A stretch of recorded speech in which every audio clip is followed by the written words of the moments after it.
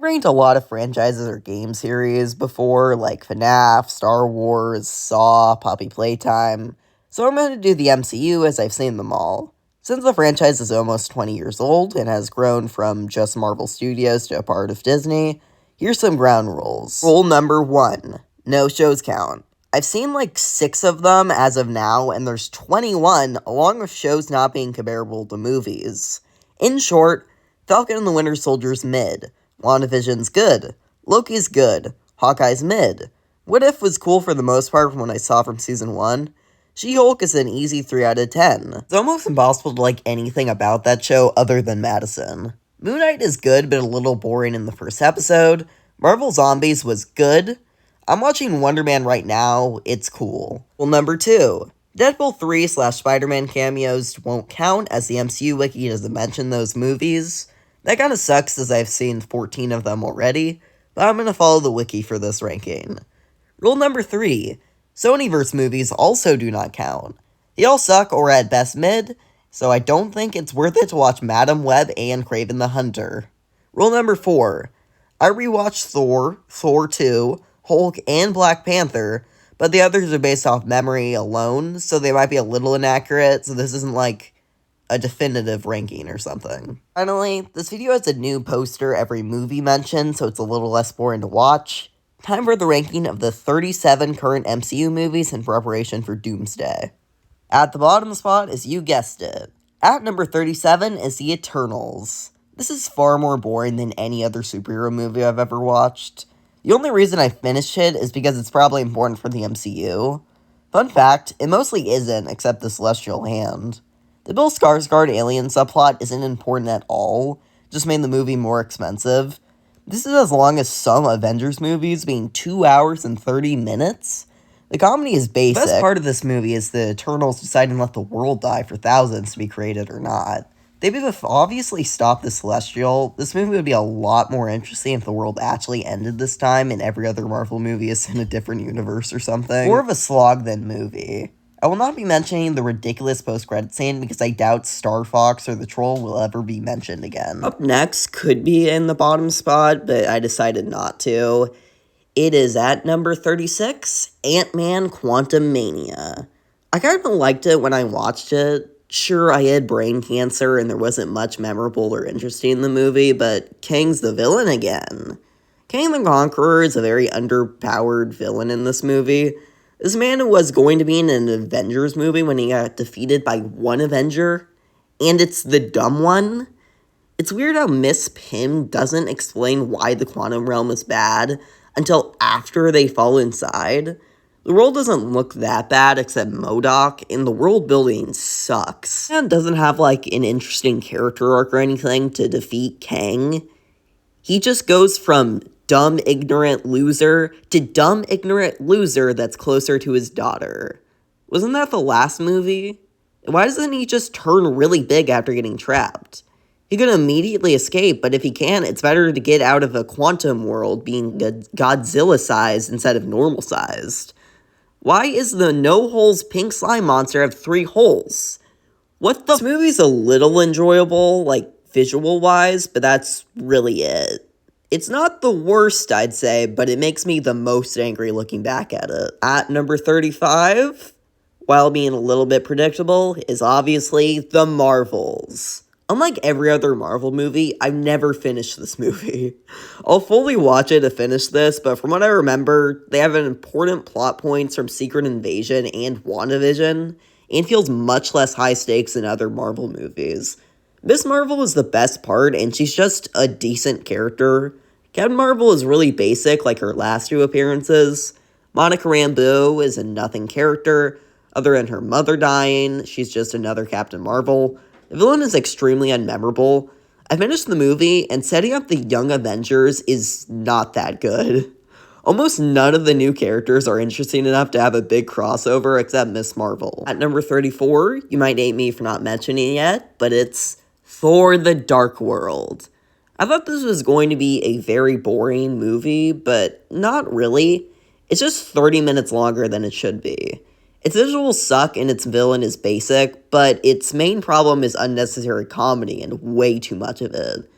This is a dark movie in plot and visuals, it's also in the name, but the jokes make this movie feel more mediocre than it generally is. The Collector being introduced this early is kind of insane, and I guess Asgard's cool to see more of. That's really it. Number 33 is a movie that's a little better than this one, and it's The Incredible Hulk, the earliest Marvel movie with a different studio and a different actor than Mark Ruffalo.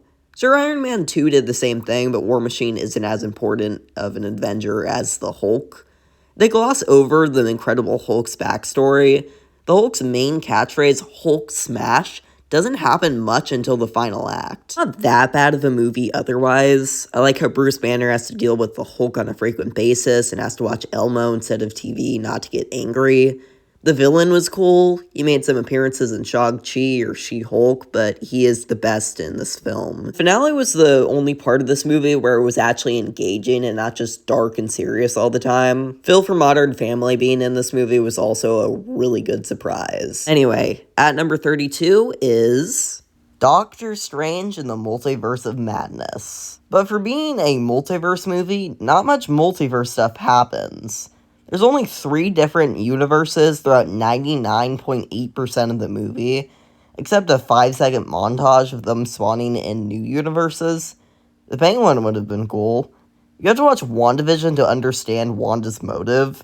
I feel bad that this underwhelming movie introduces the Fantastic Four and X-Men to the MCU. Doctor Strange doesn't go through that big of a character arc. If the Doctor Strange versus evil Doctor Strange fight was a rap battle instead of a music note fight, I would have liked this movie a lot more. Not the worst thing ever, but it's a pretty nothing movie overall. Anyway, at number 31 is Thor. Thor is more entertaining than I remembered. It doesn't have as much dumb fish out of water jokes either.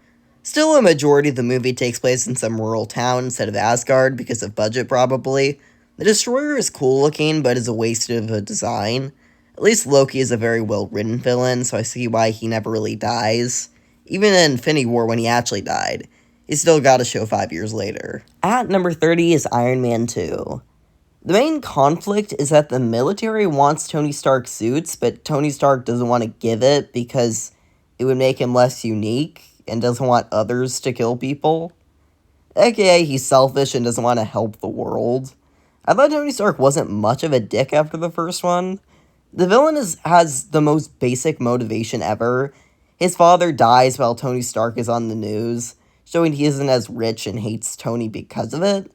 I guess it fits with the villain of the first of just wanting money, but he had a huge metal suit, not the ability to throw electric whips.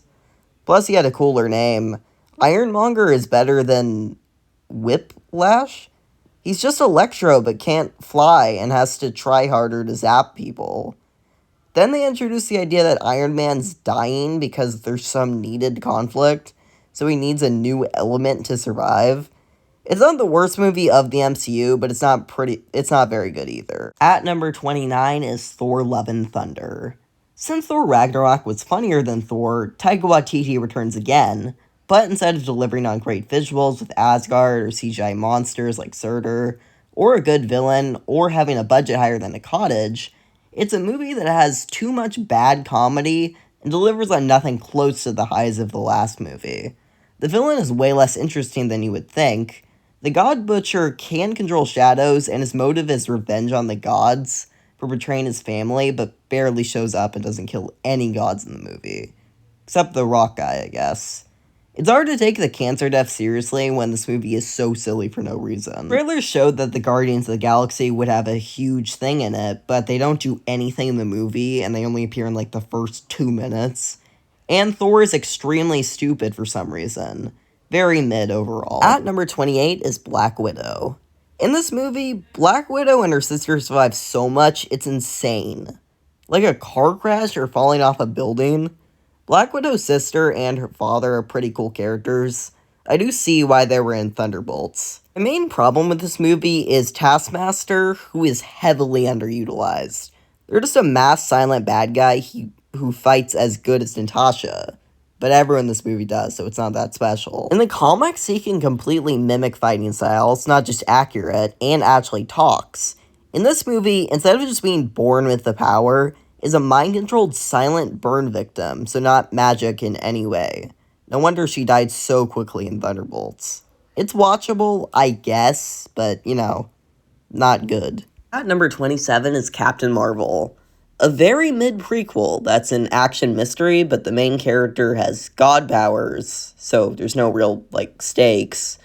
But they aren't like Deadpool either, where she's so powerful she has fun and breaks the fourth wall because, why not? She's super powerful.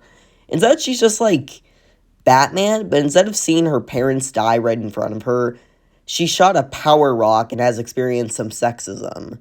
Way more tragic, by the way. It's a little weird for Nick Fury to be so silly in this movie when he's very serious in the others. It's a little simple for the premise, which is essentially Invasion of the Body Snatchers and War of the Worlds combined. You would think that there would be, mystery, really, with, who's an alien or not, but not really. I love when the main character is so powerful she is only stopped from the Power Stone. That was awesome. That was my favorite part of Endgame. At number 26 is Captain America: Brave New World. I was going to watch this movie in theaters, but I heard this was a terrible movie. And while it's far cheaper and less cool and has less cool fight scenes than any other Captain America movie, it's more so just mid, even if Bucky hardly appeared. The Fleeter was a cool reference. I didn't even remember his existence, and the Red Hulk final fight was probably the coolest part of the movie. They got Gus Fring in the MCU, and he does nothing and appears 3 times. He's just a minion with a gun. Sam's assistant was not that interesting. People say it's more of a Hulk movie. No. While it has Hulk characters and villains, its main plot is politics and wars. Captain America had to be the main character. Although Hulk should have shown up a little bit. Or if the leader said his villain name is the leader and not his actual name. So, you could know who it is without watching a movie from 20 years ago. Number 25 is Ant-Man. I don't like Scott Lang, who's mainly portrayed as kinda dumb, but he got his suit by breaking into a secure building. The villain was basic, just like Lex Luthor, but instead of thinking ahead with the main motive of power, he just likes money and hates Hank Pym. Did Hank Pym need a failed robber to steal from the villain? Why didn't he just hire an assassin or shrink the building and step on it? It's a fun superhero movie, but nothing special or great in any aspects. Except maybe the final fight, but that's debatable. Anyway, at number 24 is Black Panther: Wakanda Forever. I don't love this movie. It might have been Marvel fatigue at the time, but this movie almost feels like a waste of time. Showing Black Panther's funeral was respectful of the actor's passing. The Ironheart's tease was basic, but not the worst. The Wakandans are at war with sea people. Cool to expand the world by adding Marvel Aquaman and Atlantis to it. But the Wakandans have energy shields, and their city can go invisible, and in the first movie, they could go into the afterlife. The sea people can just, fly and swim fast and throw water bombs. This movie wasn't that important and worse than Black Panther, budget and villain-wise, but isn't bad. At number 23 is Ant-Man and the Wasp. This is a slightly better sequel than the original. Ant-Man can go big now and has a flying assistant who is just Ant-Man, but can fly. Before you mention it, I know that technically he did go big in Civil War first, which came out before this, but then again, why didn't he do this in the original? Did he not have that power in the original or something? Hank Pym is so stupid in these movies. Why not upgrade Ant-Man's suit so there's 2 winged fighters? For some reason, this movie has 2 villains also. There's Ghost, who isn't that cool, really. She's really just an Iron Man clone because of her manipulating father, who are the main villains, by the way, when they're not really that interesting. But there's also another mean guy who wants to steal technology but does not matter at all. Maybe if they remove the mean guy and focus on the actual villains. I guess it's good they show why Ant-Man wasn't in Avengers 3. They find Hank Pym's wife in the quantum realm earlier, who was just sitting for 20 years, 20 hours in the lore. I think Endgame explained that. And they somehow found exactly where she was because of a torpedo where she could have just shrunk it. Mainly decent, though. In the next movie, Ant-Man the Quantumania, as I mentioned, there's a lot of backstory about her and how she met Kang and stuff and knew all the people there. In 20 hours? A decent film, I guess, but still, At number 22 is Shang-Chi and the Legend of the Ten Rings. Shang-Chi at times is a good action movie, even if it's really just a secret fighter man has to go back into a criminal life to stop evil. And the criminal life is, by the way, from his past, if you're wondering. But sometimes it's just a lot of CGI or bad jokes. This was the first movie I ever saw Awkwafina in, and she wasn't that bad, I guess. The Mandarin showing up as a comedic relief character makes sense, as he was just a Mandarin for TV. The Abomination shows up for the first time in 15 years, but isn't that interesting, and could be replaced by any monster. The villain is Shang-Chi's father, who missed his wife so much he ignores his son and instead releases multiverse soul demons. The final fight is cool, but mainly the Shang-Chi versus his father part. The big CGI dragon versus giant soul demon battle is still cool, but much less personal. A cool movie, but I don't love it as much as the others. At number 21, and being a little better in my opinion, is Iron Man 3. This movie in some ways is really good, like Iron Man's main arc of coping with PTSD with entering space and blowing up a ship in the Avengers, and it even ties into the "if you're nothing without the suit, then you shouldn't have it" line from Spider-Man 1. But for some reason, the main conflict of this movie is that he tells terrorists where he lives on the news as like a power play to show he can take them. Anyway, he cannot take them, and the villains are weird to me. The other Iron Man movies had rich, revengeful villains who use machines to fight Iron Man, but the third one's villains have fire powers, which don't synergize well with Iron Man. Also, Iron Man doesn't spend much time in his suit, which were the best parts of the other movies. I get that the whole movie is basically just about him accepting to not be Iron Man, but like, the movie's called Iron Man. I would expect a little more Iron Man, even if at the end he decides not to be Iron Man. Also, Avengers 3 and Avengers 2 happens. I didn't mention my writing, but the Mandarin was a pretty cool and inventive villain. I mean, it's not like there hasn't been big red herrings, I guess, but like, those are usually in like horror or murder mystery movies, not action superhero movies. Not that bad of a movie, pretty decent overall. I like it slightly more than Shang-Chi just because of its message, even if it's just for like one movie. At number 21 is Spider-Man Far From Home. The first Spider-Man movie was originally in this place, but I like it a little bit more. To this movie's merit, the villain's a bit better, and it ties into the next movie. But it doesn't feel like, this whole movie, it doesn't feel like much of a Spider-Man movie. His main thing is having to be a high school student and a superhero at the same time. But in this movie, he's mainly Spider-Man with little Peter Parker parts. Instead of the villain being flying Iron Man hater, it's a manipulative Iron Man hater. Not just manipulating reality, manipulating Peter, agents, and the whole world into thinking he's good. He's a terrible twist villain, though. It's like if you didn't know Darth Vader is Luke Skywalker's father, but you've heard of Anakin Skywalker in the comics. He's a good villain, though.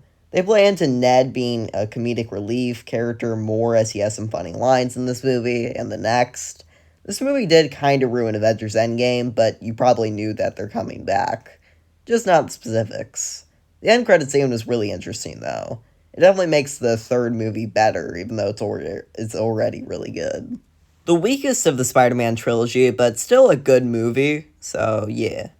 Anyway, next up at number 20 is The Avengers Age of Ultron. This movie isn't that bad. It's still the worst Avengers movie, but all of them are really good. Ultron is the best part of this movie, being a fun villain. The Hulkbuster fight was really cool, although a bit short. The main problem comes from Quicksilver, who is the dumbest hero of all time.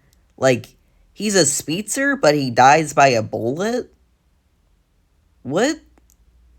He's not a speedster then. He's like a fast runner then. I don't know. Another smaller problem I have is that Ultron doesn't just make his main version thousands of times. Instead, he has a main version and much worse droids as like his minions. And his master plan is to fly a city into the sky and drop it to cause an enormous tsunami to destroy the world. And his motive is more basic than his comic version, so that's weird. I just feel like if he had the ability to go into the internet, then he should have, like, created propaganda to, like, cause, like, a nuclear war or something, which at least makes more sense for an Avengers antagonist instead of, like, an enormous tsunami to destroy the world on an island floating in the sky. And he also looked a bit cooler in the comics. I don't know why they did Ultron a little wrong. It wasn't too hard to just not give him an arced face instead of like red electricity eyes and empty eyes as well, not pupils. He still has some really good lines in this movie, so it's just like a cool movie and a good time to watch. Also, they tease Avengers Doomsday in this movie, which is really cool that they did it all the way Anyway, at number 19 is Captain America: The First Avenger. I didn't love this movie, but there's nothing I hate about it. I like Red Skull, who has a good villain design, literally looking like a red skull. I get why Captain America was able to pick up Thor's hammer, because he is a strong-willed and good person. Even though he went through the death of his friend, his girlfriend, and pretty much everyone he's ever known. It's a bit unrealistic that freezing stops aging, so thousands still exist from the Ice Age. Why wasn't Jack Torrance alive in Doctor Sleep? The Saw 3 Naked Woman is fine and she'll appear again in Saw sequels. I get it makes sense for the big crossover, but why not just make the Tesseract explode and travel him to present day? A very solid movie overall. Anyway, at number 18 is Spider-Man: Homecoming. I mean, it's overall just a fun movie. More happens in it than Captain America other than writing. I've heard people say that it's more of an Iron Man movie, but that's just stupid. Iron Man appears twice in this movie because he's Peter's mentor. In the final act, it's more important that Spider-Man has no web shooters to show he has to become a superhero on the inside, not just on the outside. The Hawk is probably better than his comic version, but he's just an Iron Man hater with technology. Ned is funny, but mainly in the later movies. MJ was more funny in this movie, honestly. A good Spider-Man movie, but nowhere near my favorite. At number 17 is Iron Man, the opening for the MCU. Technically second because of The Incredible Hulk. This movie has great music. For 2008, this movie is more fun than a serious superhero movie like Man of Steel or X-Men. It's still a bit bleak, as most of it either takes place in a desert or lab, and has the main character murder a few people. Ironmonger is a cool villain. He's not my favorite, but is the most intimidating, and it's a single plot and not too crammed together. I see why RDJ is being the main villain of Avengers Doomsday. It's because he does such a good job as Iron Man, you really only know Iron Man as RDJ. He's basically taken over the character because he is, it's like Hugh Jackman. He does a really good job acting as the character, and he's basically the only film version of that character, so he's just known as that character, and he's going to be doing this until he's 90. Anyway, at number 16 is The Avengers Assemble. Dun, dun, dun, dun, dun, dun. Anyway, it's a big crossover. I enjoyed this movie a lot with the great action scenes, comedy, and Loki's just a fun character with his pompous but tyrannical attitude. There's some comedy between the Avengers, but nothing I really remember. The final fight is fun, but feels weird compared to other Marvel movies, as the fight's like 40 minutes. This movie doesn't feel like it should be 2 hours and 23 minutes, but isn't a bad movie. A good time, but not nearly the best Avengers movie. You might have heard the name of this movie if you listen closely, but at number 15 is Guardians of the Galaxy Volume 2. This is the weakest of the Guardians trilogy, but not a bad movie. Kind of like the Spider-Man Far From Home, but better. It's mainly just because this movie is kind of boring plot-wise until the finale, and Peter's father is obviously evil. Like, who else would it be? Who else would be the villain? Otherwise, the finale is really cool and definitely a lot more eventful than the original. Drax is kind of funny in this movie, and the Yondu death was very sad for the most part. Even if you don't know Yondu too much, I mean, it's still pretty sad. The comedy is a bit better than the first overall, and this movie had Baby Groot, and I found him really funny when I watched this first time. Mainly because he was dancing around while the rest were, like, trying to murder a giant alien. Anyway, at number 14 is Fantastic Four First Steps, the newest Marvel movie as of writing. A fun alternate universe movie that reminds me more of the Jetsons than any Marvel movie. When this movie came out, there was a divisive question on the internet if this movie, Fantastic Four, was better than Superman, which was another movie that came out in July. Well, both with great villains, fun visuals, and good comic accuracy, Superman's a little better. It's about one character, not four, mainly. Mole Man was big, though, even if he appeared very little. Galactus is a scary antagonist, but he's power scaled into Godzilla without fire breath instead of a hungry, size-changing deity. So I think that's a pretty fun style, and I'm glad that they just skipped over the origin, kind of like the Superman movie mentioned before, because it's a very simple origin. So, some people hate that the Silver Surfer was a girl, but she's from the comics, and Silver Surfer's last appearance has some character and isn't just a robot servant. A fantastic movie, and you can say that again. At number 12 is The Thunderbolts. A fun action movie with generally evil characters, but not really. A villain that should have probably won if it wasn't for the power of friendship, and has a bit of murder. Except it's not in space or has Will Smith in it. I liked all the character building, and it fit well with the villain. And you know all these characters from other projects, 2 are from Black Widow, 2 are from Captain America, and 1 is from Ant-Man 2 of all things. This movie would have been a lot worse if it wasn't for Alexei. Not only does he make some good jokes, but he makes the movie a lot more fun, generally, than just extremely depressing, because, the villain's the Void. Taskmaster has the quickest character death of any Marvel movie. They were a very underused character in Black Widow, so it makes sense to kill him off. Maybe they'll come back in a soft reboot after Secret Wars, but they did not do that character well. Anyway, at number 11 is Guardians of the Galaxy. James Gunn's Marvel trilogy, and maybe Christmas special, is a fun time, which is a bit different for space movies. Usually space movies are cool like Star Wars, series like Star Trek, scary like Alien, or something in between. The villain is kinda basic. He's like Steppenwolf, where he follows the main villain's orders, but betrays him. I guess I like him more than Steppenwolf as a villain, because he's a dick instead of just a slave. Every character has a backstory, such as Peter was abducted as a kid after seeing his mother die, or Drax's entire family was murdered by Thanos, or Rocket's whole story from the third part. A great movie, and also it teased Thanos way better than Avengers did, so good on this one. Now, starting off the top 10 of this list is Black Panther. I expected to like this movie a lot more, given it has a very well-written main character and my third favorite villain in the MCU, aside from Loki and Thanos. He's played perfectly by Michael B. Jordan, where his motivation and ideology are understandable, but not his actions nor selfishness. The best of the Monger villains, in my opinion. The city's cool looking, but the Wakandan lore is a bit flawed in my opinion. They don't communicate with outsiders, but then do, 30 minutes later. If they don't allow outsiders into the city for, 5,000 years, are, all the Wakandans related? I mean, I guess with Killmonger's backstory, it kind of makes sense that, they just, send people to have children, and then they bring the children back. But, I don't know, it's never really mentioned, so. Why do Wakandans all have the lip tattoo from, vibranium, I guess? If it's from a meteor and not, biological or from Earth. And it's weird how they can travel to the afterlife but not breathe underwater in the sequel. I like the finale, but that's about it. At number 9 is Spider-Man No Way Home. This isn't important, but the title's uncreative. It's just far from home with different syllables and doesn't make much sense in the plot. The opening conflict is, really stupid.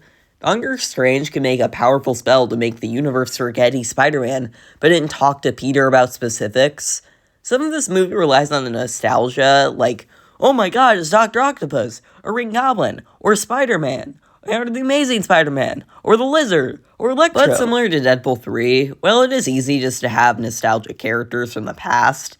It has good character arcs and comedy to make up for that. It's almost obvious that the 2 old Spider-Men would be in this movie due to many old villains appearing in the trailer, but Marvel doesn't usually hide big plot points until the movie's released, so that's pretty cool, I guess. Spider-Man's decision to be completely unknown in order to protect everyone is one of the biggest decisions any Spider-Man has ever made, except, I guess, Spider-Man working with the devil in the comics. This movie doesn't make much sense in some aspects, Sandman doesn't die, so why does he need to be cured? Or the TVA. Does it matter to them? The entire timeline breaking, nothing. A cool movie, but more so a very fun time overall. Maybe the TVA were, gonna come, but then the Peter Parker memory erase thing happened, which covered the entire multiverse or something. Anyway, at number 8 is Captain America and the Winter Soldier. This is many people's favorite Marvel movie, and I see why. Bucky is an actually intimidating and threatening presence. The main plot makes sense given that criminal organizations don't really die even after 100 years. Captain America kinda goes through a character arc of not trusting the government always, and the fight choreography is really good. The finale is also cool, taking place on a giant plane, but do they really need all that to kill people? Just drop a bomb. The Sokovia incident in Civil War shows that they know how to use bombs. Do they just need to snipe over 3,000 specific people? Then use a drone if you want an assassin. Many people say the Captain America trilogy is the best, and I see why. This movie is great, along with the sequel, which is also great, and along with the first one, which I guess isn't great, but it's still, good and a solid movie. Anyway, at number 7 is Doctor Strange. I somehow forgot this movie in the ranking, but not the sequel. Probably because it doesn't feel like a modern or even a Phase 3 Marvel movie. Steven has done really well as a character with actual problems and motives similar to Iron Man. Some people don't like how the one wasn't like an old Asian guy like the comics, but I don't know, does it really matter for a side character? The side villains were a little basic, but fun nonetheless. Dormammu is probably the best character design-wise in the MCU. And it pisses me off that Strange doesn't use the Groundhog's Day effect in Avengers 3. Dude, Thanos got off easy, dude. Doctor Strange wasn't trying. Surprisingly good writing for a Marvel movie. This felt like it came out in 2008. I mean, I guess I'm glad it didn't because of the CGI, but, it feels Anyway, at number 6 is Deadpool and Wolverine. This is probably a controversial opinion to place the reference comedy this high, but I've seen the other Deadpool movies before, which, while more serious, were less funny, and this movie has a lot of good jokes, and it's 2.5 hours long, so it's a fun time to watch or rewatch. Hugh Jackman is back as Wolverine is probably my favorite part of the movie. He contrasts as well with Deadpool, and his drama about not saving the X-Men is a really interesting part of his character. The villain Cassandra Nova is one of my favorite villains in the MCU too, at least post-Endgame. She also is the main part of the finale, which is one of my favorite moments in the MCU. The introduction and this finale in the movie were both really well executed. My only real problems are the cop-out ending where both Deadpool and Wolverine survive for some reason. Death divided by 2 should equal at least an injury. Why did they introduce Blade, Gambit, and other big characters if they die half an hour later? Anyway, at number 5 is Thor Ragnarok. Thor Ragnarok is much better than the first two in my opinion. Being funny, a good villain, the return of Hulk, and Hela is probably, my 4th favorite Marvel villain, just because of her design, demon wolf motive, and what she does, like breaking Thor's hammer, and only losing to Loki spawning a lava demon. Hulk is probably my favorite part of this movie. He's been a green monster for 3 years possibly, millions of light years from his home, and helps in the final battle in stopping Hela's demon wolf. I feel like Age of Ultron, it felt like it was so long ago when this movie came out, so I'm glad they referenced it. League's better than any other Marvel movie. I would maybe put it at number 4 if Taika Waititi didn't get cocky after this because how successful this was, and then the 4th one had to come out, and it sucked. Moving on, at number 4 is Guardians of the Galaxy Volume 3. This movie is not only funny with a lot of good jokes or lines, and the flashback of Rocket's backstory is very sad of the death of his first 3 friends. While I would have kind of preferred if he wasn't in a coma for 99% of the movie, it kind of fits because, the story, the structure, and the ruthlessness of the main villain was shown. The High Evolutionary is a very well-written villain, although he's pretty much just a regular bad guy, just has a god complex about evolution and some robot parts. I mean, I guess it does fit well with Rocket's backstory to have the main villain be from Rocket's past. I'll have to rewatch this, as I didn't like this nearly as much as other people. I heard that Adam Warlock was written into Guardians 2 without James Gunn knowing, so he was written in the movie without much reasoning behind his existence. He could have been replaced with, the High Evolutionary to knock out Rocket into a coma, and that's basically could have been avoided if Peter kept his mask and jet boots. A very good movie nonetheless, similar to the others, but I like the villain and character a lot more. Now time for the top 3. Well, this is arguably predictable. I mean, you don't know. Who knows? Maybe number 3 isn't Captain America Civil War. Honestly, this could be an Avengers movie with it being a huge crossover between all the superheroes. The main fight is cool, and while Spider-Man probably should have gotten an origin in his own movie first, I've seen his origin like 4 times already, so there's nothing to show. Plus, he does get some good movies after this. The Sokovia opening is just stupid. Like, heroes are the problem. Yeah, they let hospital patients die and not public civilians in the foundation of a building, which will kill all those patients anyway. The fight scenes are really cool, including the finale, which was Xeno's only reason to exist. The finale also had good character. A great movie overall. I definitely liked a lot of it. It's a little weird that Iron Man could barely take on Captain America and Bucky when Spider-Man did that pretty easily, but like, I don't know, Spider-Man's way more versatile than Iron Man, and also it wasn't exactly a close confrontation like that final fight, I guess. Xeno kind of sucked as a villain. I already mentioned he only had one reason to exist in the finale. I like the finale also just because Bucky killed Iron Man's parents. I mean, it's a little obvious because he's been an assassin for 100 years, but, like, that's crazy. I don't know. Anyway, in the top 2 is kind of obvious it's the last 2 Avengers movies. I mean, you could really order of elimination, but to which order? This is going to be very debatable, but I'm going to have to go with number 2, Avengers Infinity War. When the Avengers go from big crossovers to space epics. Some Avengers were power scaled for this movie, which was my main problem. Like, Doctor Strange could easily trap Thanos in a time loop, but saw 14 million paths and only one was correct, which wasn't that. It's better to let 3 Avengers die and half the universe disappear for 5 years. The Scarlet Witch could give crazy visions and have force powers. She can easily stop Ultron, but a slightly buffer alien? No way! Mantis can mind control people's feelings. It didn't work too well against Ego, but that's because he was a planet. But Thanos is too much, though. He's too angry. But Kevin Bacon, who was kidnapped, by the way? Easy as can be. A lot of Avengers are sidelined due to 21 Avengers being in this film. It's not the first movie to have a bad ending to be concluded later, but it was the first one I've seen in theaters. Drax makes 2 jokes in this movie, and they are both really funny. Probably this is his second best performance. Thanos is really well executed villain writing-wise, although he could just reality stone some food, or snap for a bunch of food, because I think the reality stone is like temporary, at least in this movie, because plot convenience. An extremely good movie, only topped by one other movie in my opinion. You already know what's at number 1, Avengers Endgame. This movie had more time to breathe as it's 30 minutes longer, and there's really only 9 main characters as the others are only in the final battle. My only real problem with this movie is that if time travel exists, then deaths don't really matter, even if no more Pym particles can be made. Just go back in time and steal them. Or they can just make Hank Pym young again. Sure, I get the TVA exists, but like, for minor time travel, like making someone young again, basically immortality, I mean, like, what are they gonna do against that?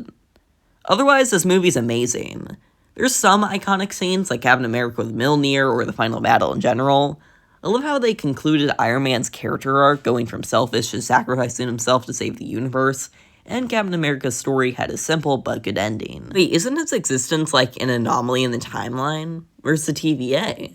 I mean, I get protecting the original Avengers timeline, because if they didn't save the world, then I guess the whole multiverse would have been screwed, but like, one guy, like, 80% of the Avengers would have been fine. Like, and what about Doom? I guess that'll be told in Avengers 5, but like, what took him so long? Otherwise, I liked how the big final fight was around 40 minutes long to show all these characters in one final battle. Well, this is technically young Thanos, so I guess he's a little less threatening than the original Thanos. I mean, Thanos has really had the same motivation and plan since the beginning, so it's not too much of a difference. And also, Ant-Man going big to fight is actually peak Marvel in my opinion. It has some flaws, but overall this is my favorite MCU movie. And that's my list for the best Marvel movies. If you don't like it, write in the comments what you would think. Endgame and Infinity War are interchangeable, but I like Endgame a little bit more personally. This is probably my longest movie ranking, as I have not seen and probably will never see all the Godzilla films. I hope you enjoyed, and see ya. By the way, my next video, I don't know, probably like Poppy Playtime animation, because Chapter 5 just came out. Maybe like a ranking of all the Screams, but that really depends if Scream 7 is good, because I don't really care to watch it in theaters. I'm sorry, I just don't really care.